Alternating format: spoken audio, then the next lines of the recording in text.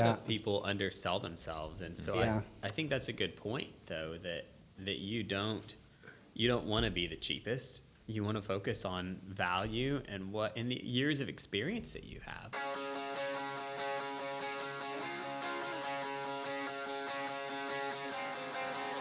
All right, well, welcome back to Legacy Insights, the podcast where we dive into real stories, business insights, and a bit of fun along the way. I'm your host, Steve Duff, here with my fantastic co-host, Franklin Morris. Hello. And Joel McCorkle. Hello. So with that, let's get started.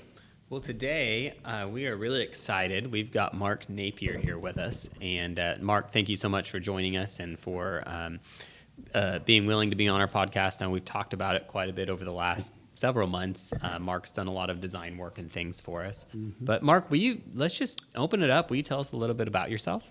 Sure. Glad to be here. Real happy to be here. We've lived in the Grand Lake area for approaching 30 years. Wow. I say probably about 26, That's awesome. 27 years. My wife and I, we moved here about 1996. Okay. So, yeah, my math is probably a little bit off. But anyway, we married December will be 43 years ago. Wow, congratulations. So it's kind of that's kind awesome. of a big deal. We've got 3 kids. 2 of them live in houses that live right behind us. Okay. So we call it the Napier compound. Nice. Just outside of town here in Grove.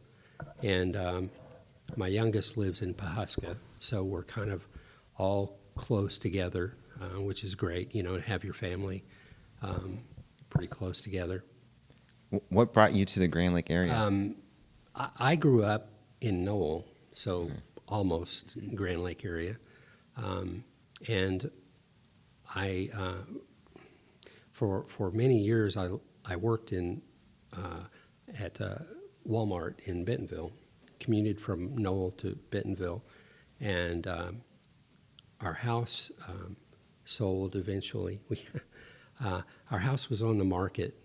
As realtors, you probably would find this kind of humorous. We had our house on the market for 10 years. Oh, my. Wow. That's probably a record. That is truly a marathon. Yeah.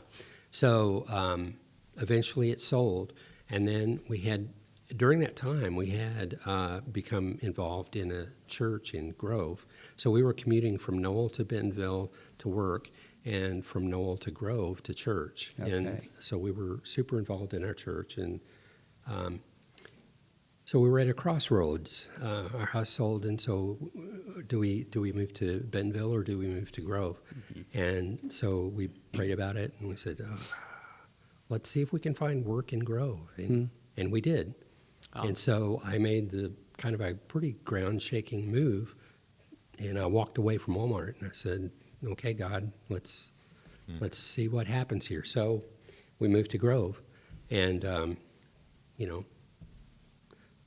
we haven't really looked back. We felt very strongly that, this is where we belong. And so anyway, did I answer your question? Yes, you did. Yes, okay. Yeah. I'm terrible at chasing rabbits. That's what makes these podcasts a lot of fun. Yeah. So anyway, so I ended up a short stint at the hospital, worked at the hospital in Grove, doing computer support for a little while, and then did graphic design there, marketing for a little while, and then worked at a small graphic design agency for about 5 years. Okay. Here. Very neat. And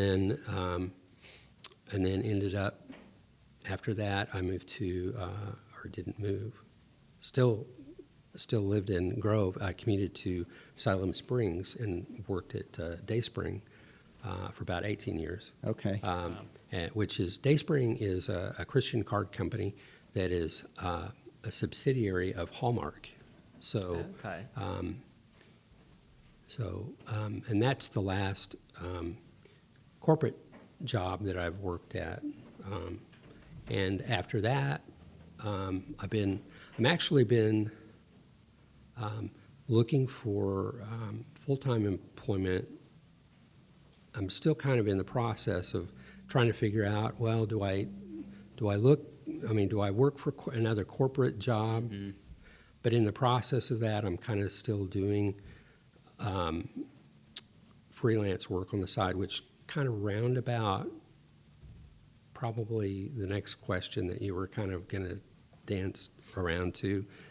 I'll kind of lead on to your question. Is how did I get into graphic design? Mm-hmm. The business was it wasn't a big step that I did one day. I decided I was going to do this.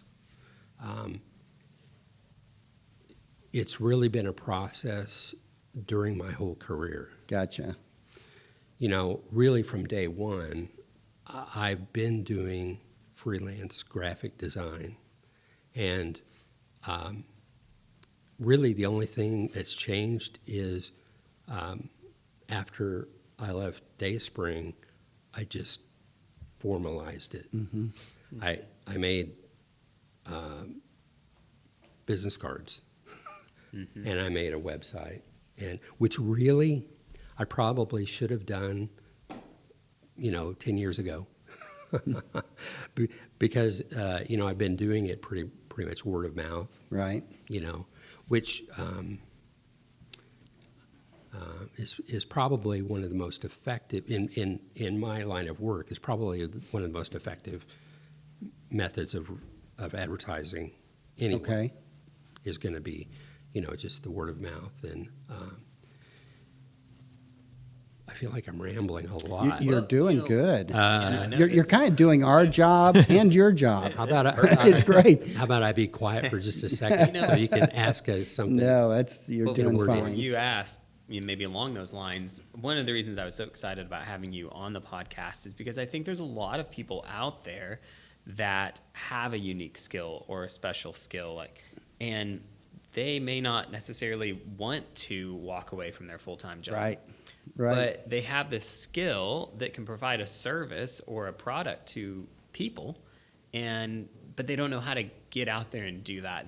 They don't necessarily, maybe know how to sell their skill, or they're afraid to. They're afraid mm-hmm. to step out and do that. So I think that this podcast applies to a lot of people. We had this past weekend, there was a craft show, and all those people, right? Yeah. Whether it's hand stitching something or painting or baking bread. There's a lot of skills out there. I don't know that I possess any of them, but there's a lot of skills out there that you can sell, and you can create it's still a small business, but it's a small business on the side. And I think that's so neat that's what you've done over your last, however long through your career. So I really like that. I think this will speak to a lot of people. I wonder if that's even a little bit more prevalent now. It's that with I think it is. People being able to market themselves through mm-hmm. the internet, maybe the pandemic, mm-hmm. lockdown, changed, they're just rethinking what they want to do as a career. Mm-hmm. More people working at home. Yeah, there. So I think so. Yeah, that's really what you're referring to is,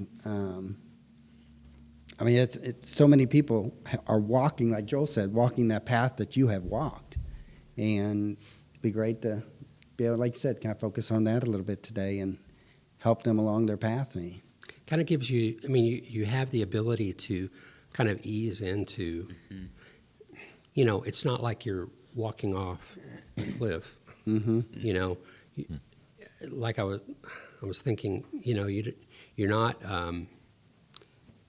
you kind of hear people joke about, not quitting your day job. Right.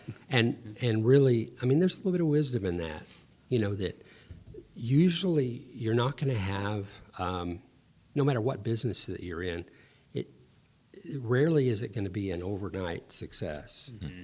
There's going to be a spin up time, no matter Right. what. If you're starting a restaurant, I mean, how many restaurants do we see that open and they go for 6 months and then they close? There is going to be a time period when you're going to operate in the red. Mm-hmm. It's going to be a while before you make money. Absolutely. And so, the longer that you can go with multiple incomes, that's gonna. That's just smart, to be able to kind of bridge those gaps where, you're gonna have time periods where, because in the graphic design business, you don't have control of when the phone's going to ring. Mm-hmm. There's going to be times when nobody needs you. And that's going to be true in most businesses. Well, it's very true in the real estate business. Yeah. Absolutely. And new small businesses eat a lot of cash. Yeah. Right? They're very cash hungry. And so the longer, I think that's a great point, the longer you can keep that second income Yes. or that full-time job while you're doing this on the side, absolutely it's a lot of work. Right. But the more chance of success your small business will You have a what do they call that? You have a longer runway. You have a longer runway. Yeah. Can you tell us a story of how you got your first client in the side hustle? If you remember a story like that, or one of your first clients. Because I know there are a lot of people that probably can do some type of graphic design, but it's one thing to say you can do that. It's another thing to actually have a client. And when did that happen as well? Are you talking about a paying gig? Yes. Yeah, paid gig. Oh, man. That's a long time ago. Okay, probably. Okay, yeah. This was for a little theater group, a small. Actually, in Noel, Missouri, they had a little theater group, and it actually started out being a volunteer group. I really wasn't expecting to get paid for it, and it really wasn't a whole lot of money even then. And I would probably say this, that for somebody starting out in graphic design, I would look for opportunities, period. I wouldn't look for high-paying opportunities or paying opportunities at all. I would just look for opportunities to use my skills, period. Well, you commented that to build your business was word of mouth. Yeah. And getting that right. word out there. And I was fascinated when you said first paying gig. So there were probably several that you Right. did prior to that. And was that primarily, you're a very giving person, very civic oriented, I can tell. Some of it's probably just out of the goodness of your heart. Well, and that's what I was going to say was this particular one where I remember I ended up getting paid for it. But initially, I wasn't going to get paid for it, that it was just going to be a volunteer. My wife, actually, I probably wouldn't have even gotten into it had my wife not. She was more interested in theater. I'm kind of more the behind the scenes, the tech kind of guy, and I do sound and keyboard and stuff at my church, and more rabbits. I'm chasing rabbits. But anyway, so I was going to I did the program design for the theater group and ended up getting paid for it, just out of, compensated for my time. I didn't make a whole lot on it, but I think that's the first time I remember getting paid for something on the side. But I really do think that for graphic design, I think taking steps on the opportunities that are in front of you makes sense. You really don't want to go. if your intention is making money, that may not be. You may be short. You may be missing opportunities where getting experience and learning to work with people, and there's so many opportunities out there that may not be, may not have any money tied with them initially, but that experience is extremely valuable. Yeah. And you never know where that might lead. Exactly. We hammer into or talk to our agents all the time about, you want to take care of the client or the customer, and in the word of mouth, the clients, the rest of the listings, the buyers, it will flow from that. It's huge. The relationships, The relationships that you are get. huge. Absolutely. One, when you're just starting out, you can't be picky and choosing. Exactly. You Yes. can't Everybody pick and wants the choose. $1 million listings, but that's not how you start. Yeah. That Kind of got to earn that experience. place. Yeah. Earn the place at Absolutely. the table. Yeah. And get the experience that you're talking about. Definitely. So I'd love to know, kind of switching gears a little bit, if that's okay. Obviously, you've been doing this a while, and we all know that technology has changed drastically over the last, even the last couple of years, but over the last 15, 20 years. How has that affected how you do your job? Because obviously, design work is probably pretty technically dependent. So how has that affected it? It has. There are not words to describe how drastically it has changed. It's like literally night and day. When I started at Walmart, it is literally, the terminology is just different completely. When I started, it was paced up. It was physical. When you prepared an ad, well, first of all, the ad was something physical. It was printed. Computers were, it was not, well, it was night and day. And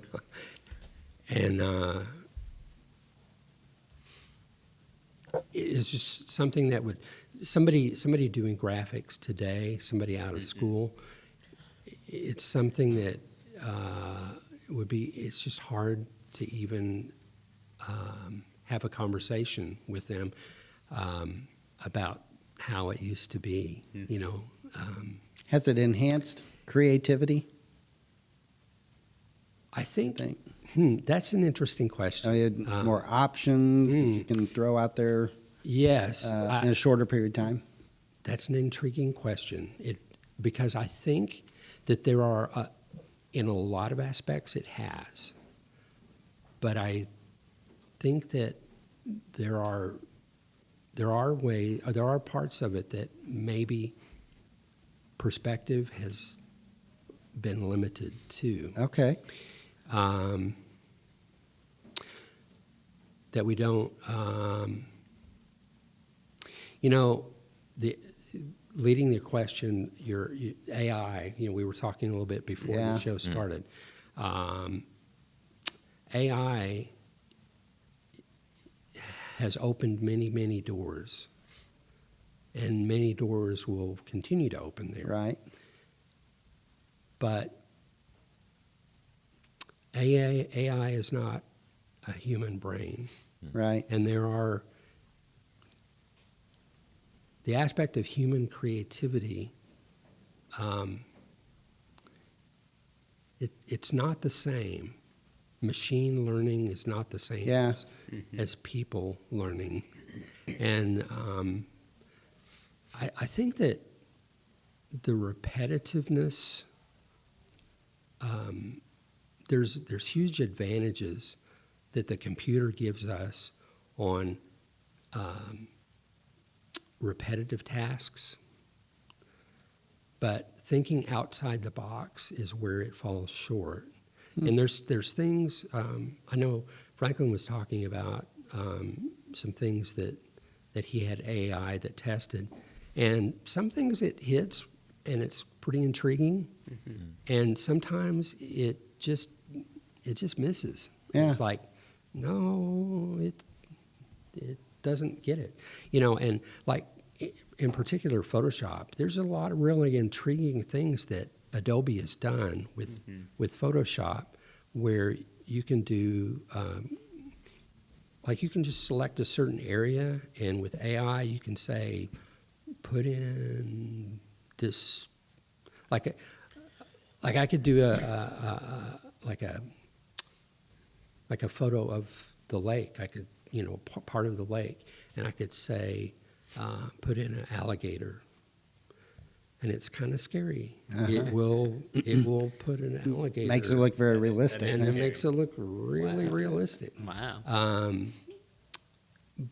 But there are certain things that you could type in and try, and it just doesn't look real at all. And you never know when it's going to work and when it's not going to work. It's like it just doesn't always understand what you want. I loved what you were saying, though, the inability for it to think out of the box for the human brain. It's just not always going to get it. Yeah. That's key. And I think it highlights the importance of being flexible as industries change. Real estate's just gone through a big change, Right. With NAR, and so I think when those changes happen, you can either be rigid and say, I am going to keep doing it the same way, or as you have done, obviously, you can be flexible and learn how to use that change as a challenge and use it as a competitive edge. And I think that technology and graphic design is a great example of that. So, Mark, do you mind? I'm going to step out. Speaking of stepping out of the box here, our questions. I'm going to just kind of.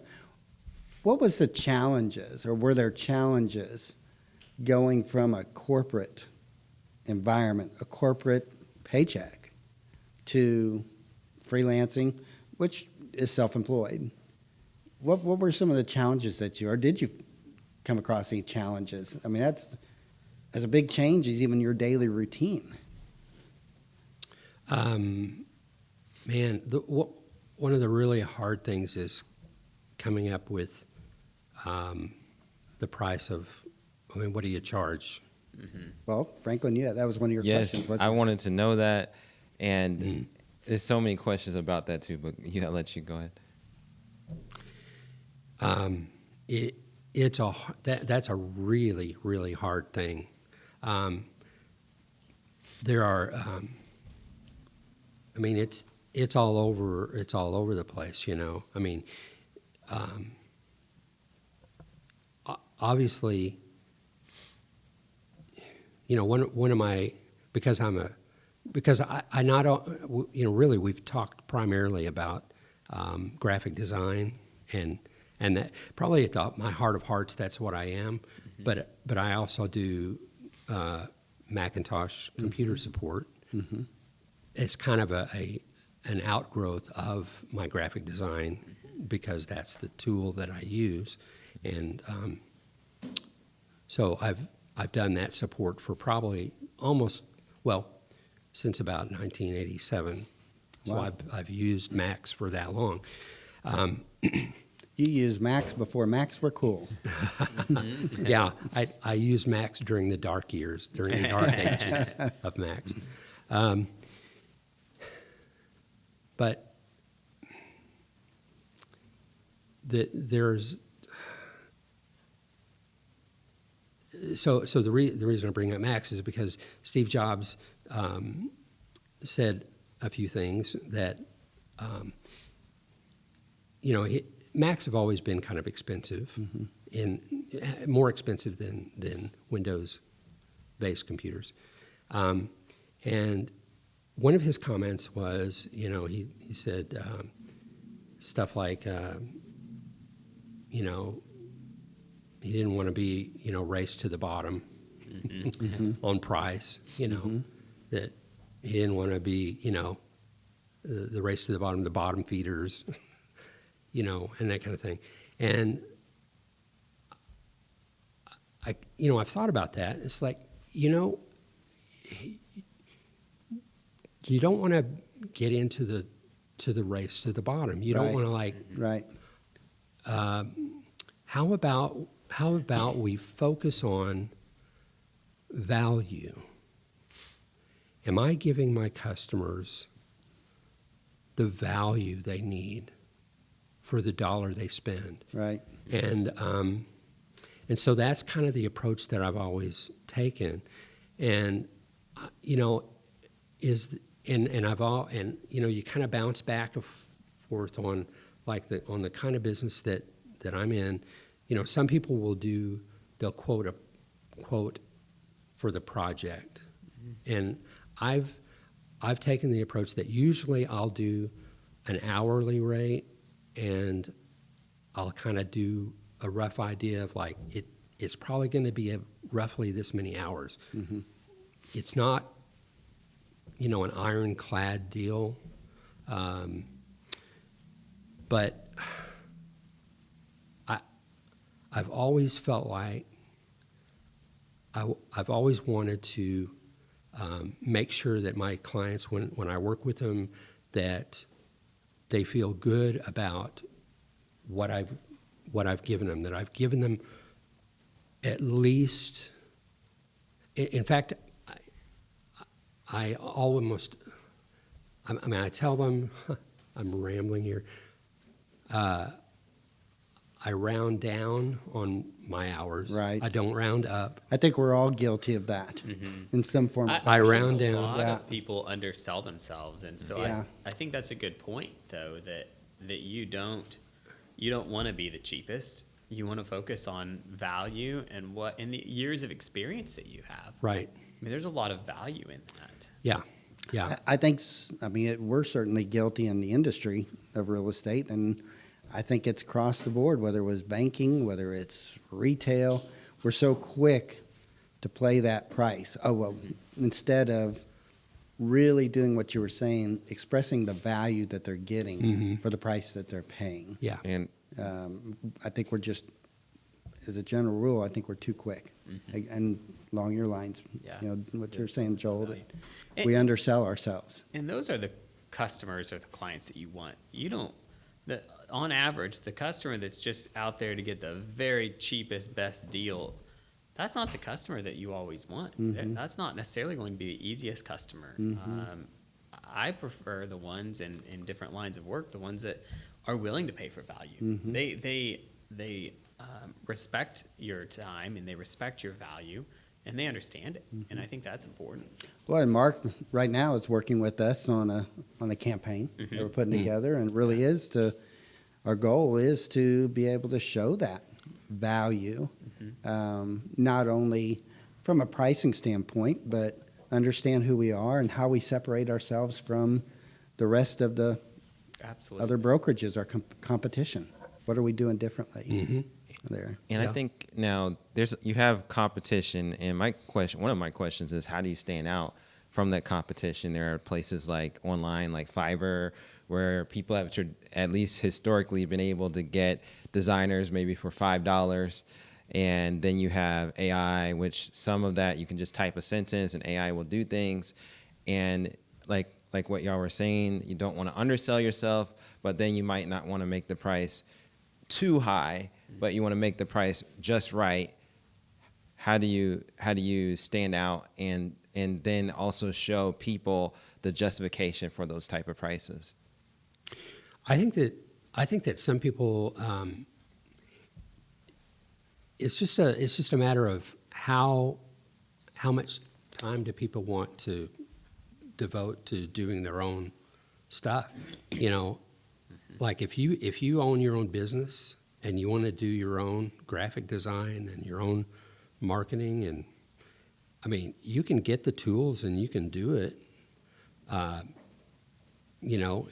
you may or may not. It's like there's only so many hours in the day. You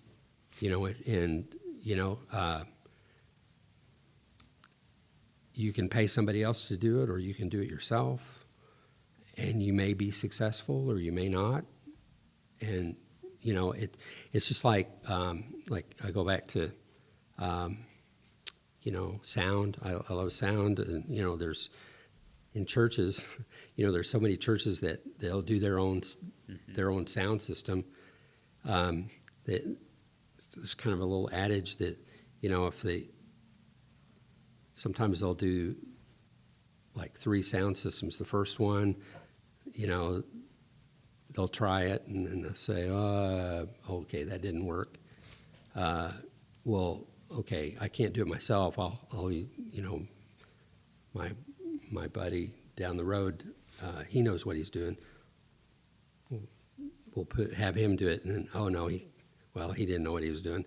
We'll get Joe down the road. He'll know what he's doing, and then the third one they'll actually say, okay, we need to actually hire a professional to do this and do it right, and then they actually get the sound system they actually really needed. Well, it kind of, the experience and the professional, sometimes really you get what you pay for, and having somebody who has the experience, you sometimes, having some years experience is worth paying for sometimes.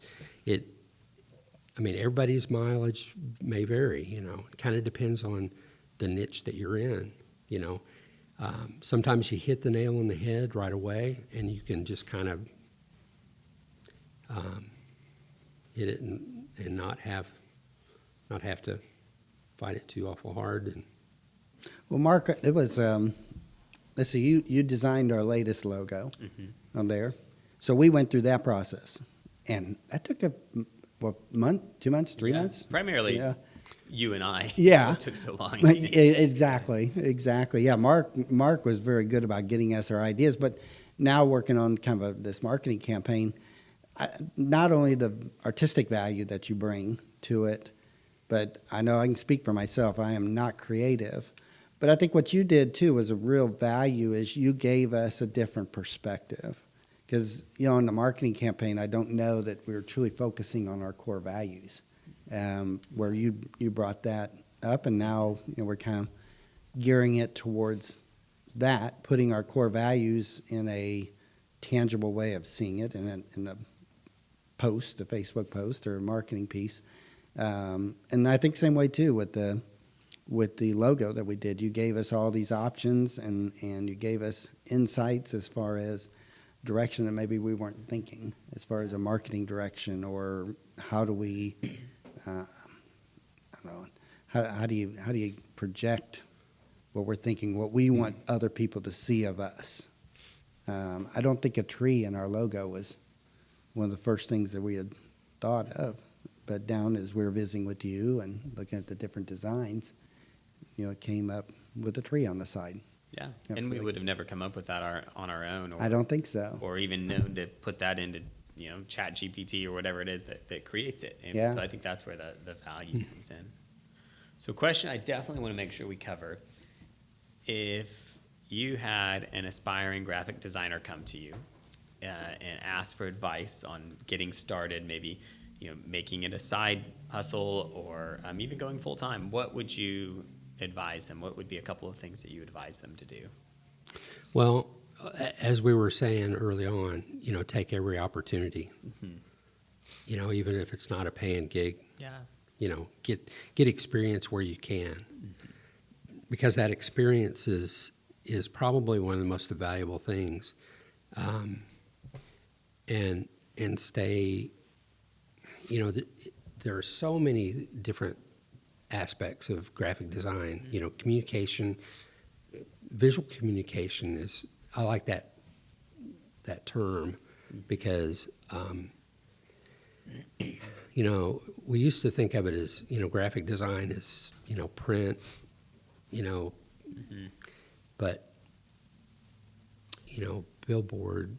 I know when you gave us our final copies of the logo, you gave us tons of different versions for print, for our sign, right, for website, for billboard. So I think that's a good right piece. You would try to give you all the pieces that you might need, because because you're going to need them Yeah, at some absolutely. point. At some point, you will. What are the different career paths that somebody could go down as with the graphic design emphasis? Well, I mean,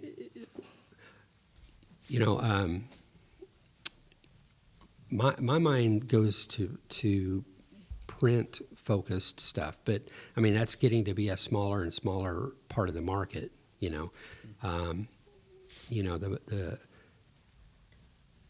The digital stuff, with web. It's weird, I don't chase web design, but it's chasing me more and more.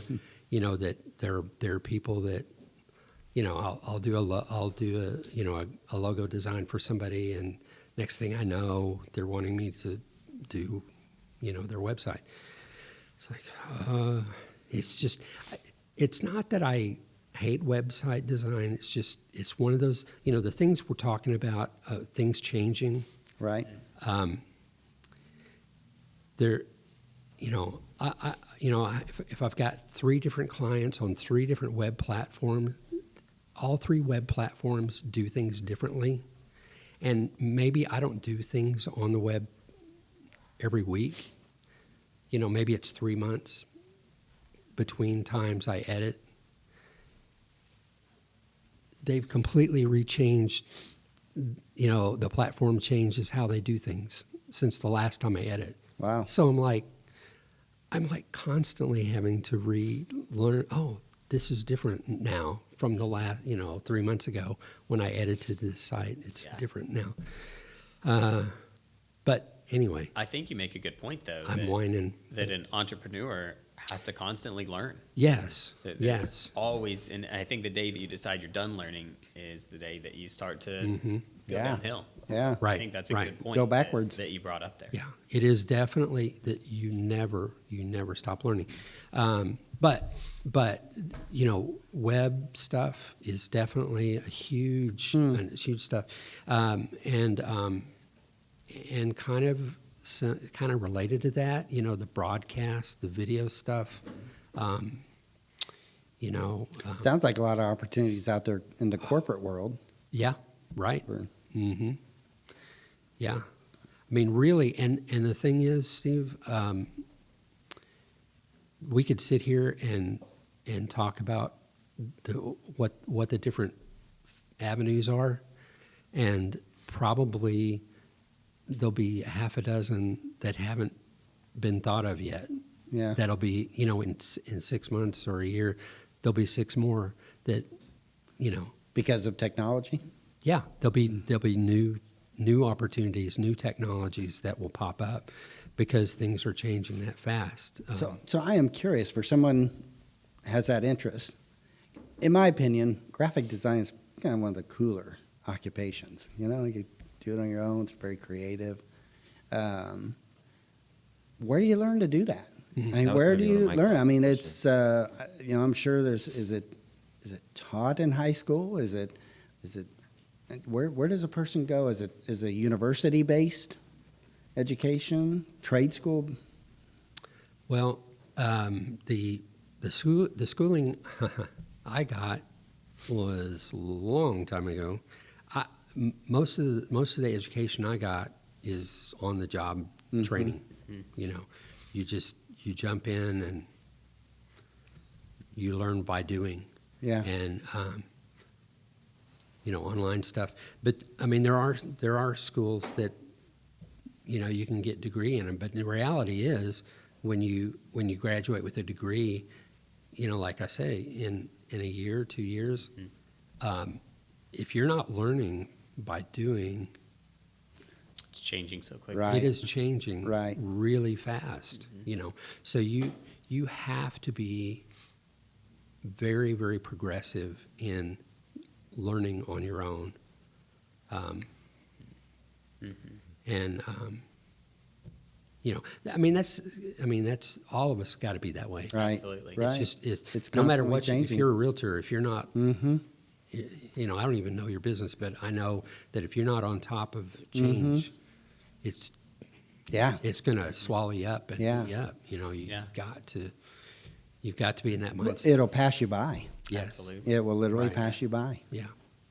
So, Mark, if somebody wanted to hire you to do Yes. some graphic designing, sounds like maybe websites Or would be or your Mac or Mac preference. support or Mac support. Right. How would they? Yeah. Yeah, we've got your website pulled up here. What's the best way for them Yep. to get in contact with Yep. Napierstudio.com. you? Okay, awesome. Yeah. Well, That's me. yeah, wind this up, Mark. Thank you. Actually, What are you? Oh. Oh, Can we I get a got- question Got here? William jumping Oh, in. All right. hey, our Sorry. behind the scenes guy here. so my question for you is, do people value more time you put in or the cost? Like, are they more concerned about the cost or the time you put in? Like, say you have a job that you can do in an hour, but they value time. So they want you to put more time in. As far as would you like take- quality. Yeah. Yeah. Would you take more time intentionally to make them feel more secure with the job you did? I know it's really left field. but I think they're mainly concerned with the product. I don't think they're. I don't think they're quite so concerned with how much time. I think the time is kind of an abstract for them. I think it's just, you know, from and you're talking about from a graphic design standpoint. Yes. I think that at the bottom line is whenever they see the product, they see the graphic design, they say, I like or I don't like that, and that costs me this much. And the dollar amount, or I mean not the dollar amount, the hours, the time in between is kind of just I think that just kind of goes away in their head. I don't think it's. So is I it would better say to- on our part, the work that you've done for us, I'm glad Joel mentioned this too.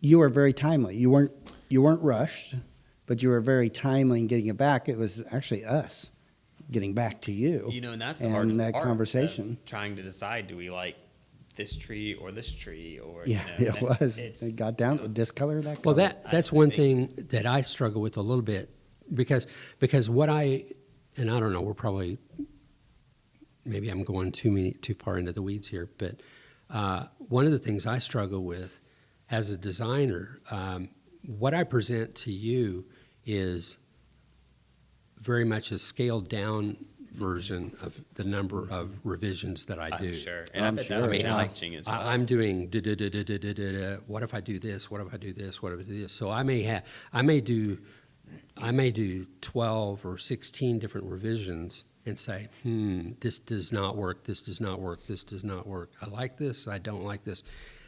Now I've got it scaled down to 12. Do I show all those 12? I like these. No, that's too many. You know, I'm going to show these 6. And I think Is that's that a too very many? that's a good thing to do. Yeah. because And- if you'd and- given us 30 logos to Right. choose from, I we was still wouldn't have our been logo. overwhelming. Yeah, we would I still be was- trying to decide. I really do struggle with how many to send to you because I don't want to overwhelm you with too many. And I feel like sometimes I still send too many That's a tough balance. because I want to give you enough choices to make you to give you enough choices to feel like that I've done work for you and you feel like that you're paying me for It seems like enough somebody choices. in your occupation, I'm assuming, I mean, when you sat down with us, we gave you a very general idea of what we were looking for. And you'd send it in. You had to have the patience of Job to do what you do, especially if you're working with us. It's true. Because you sent it through. We took a little time looking them over, maybe a half a dozen different options. Then we come back and say, okay, this. And I think we actually then changed that that we sent to you before I and think said, that well, we now can we maybe see get it. started, We need to tweak this. Is that common? Yeah, As oh, far yeah. as the climates, or how often they say, oh, no, I want this particular blue, I want this look, and because I thought you did a great job of sorting out and being patient with us, but also sorting out kind of where we're coming from to where, we came up with the logo that we're very pleased with. Well, I think your approach is pretty common, but there's a lot of, everybody's different. There are people who have very, very specific ideas of what they want, and it's hard sometimes because sometimes what they want is just from a graphic standpoint is very, very wrong. As far as like just not wrong, but could be so much better. Not as effective. Not as effective, and that's one thing that I kind of wanted to bring up, that from day one, even before I'm signed on, before I really, like if I sit down with you and you're not really officially a client, in my mind, you're a client. Mm-hmm. If I'm sitting down and I'm talking with you, you are a client already. So I'm from the very first second, I'm pulling for you, and I'm seeing the world and your business through your eyes, and I'm trying to, I'm trying to see every possible thing that I can do to help. It's probably a very, very important skill that you've developed over time. Yeah. Because that's to be able to, because a lot of times we're more conceptual. Here's where we want to be. How do we get there, Mark? This is the impression we want to give to our customers, potential customers. Now you get us there with something visual that communicates. Yeah. Yeah. Even it's funny because even driving down the road, looking at a billboard, I'm pulling for clients that I've never even met them. It's like, oh man, that could be so much better if we did this, and I don't know. Yeah. Well, I have a question for you. So, Yeah. have you ever had a client cancel? Like, say you almost completely have design, and you send them all the, how it looks and whatnot. And if they go off, do you put any copyright on your designs to keep them from taking and just saying we're done and then stealing it from you? Fortunately, I have not had to go into litigation at all yet. I've had one case, two cases, where pretty early on in the process, basically they just kind of ghosted me. But it was pretty early on in the process, so I didn't have a lot, invested. And so I was able to kind of cut my losses before anything was really finalized. So feel pretty fortunate there. That's good. Yeah. Well, Mark, we're kind of at that point where we need to wind down the podcast, but my goodness, I think we could go on and on. We need to have you back sometime. Thank I'd you love for to have coming. Yes, thank you. It was Yeah, very interesting. I don't know, when this is going to air, but I was going to say, if it's before November 5th, vote. If it's after November 5th, vote next year. There you go. There you go. It's important. Vote. It's your duty. Absolutely.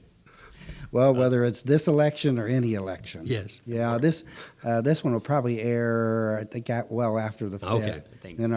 our that we've got queued up on the others, but that is, that's sound wisdom and very, very important. Yeah. That's a blessing that we have in living in the country that we have, that we have That's that right. opportunity to voice. And That's right. there's always elections. Get involved. Make sure that we do our part on there. So Absolutely. very good, very good. Awesome. Well, huge thank you to Mark Napier. Yeah. Joining us on the Legacy Insights podcast. Wonderful insights on graphic design and entrepreneurship. Those who may be thinking about getting into graphic design, maybe some thoughts there and guidance as well. And a huge thank you to our listeners. Without you, it just wouldn't work. So, hey, if you liked what you heard, would love to have you go out and like and share the podcast on YouTube and Spotify. Until then, we are so grateful, and thank you again for listening to our podcast. Thank you.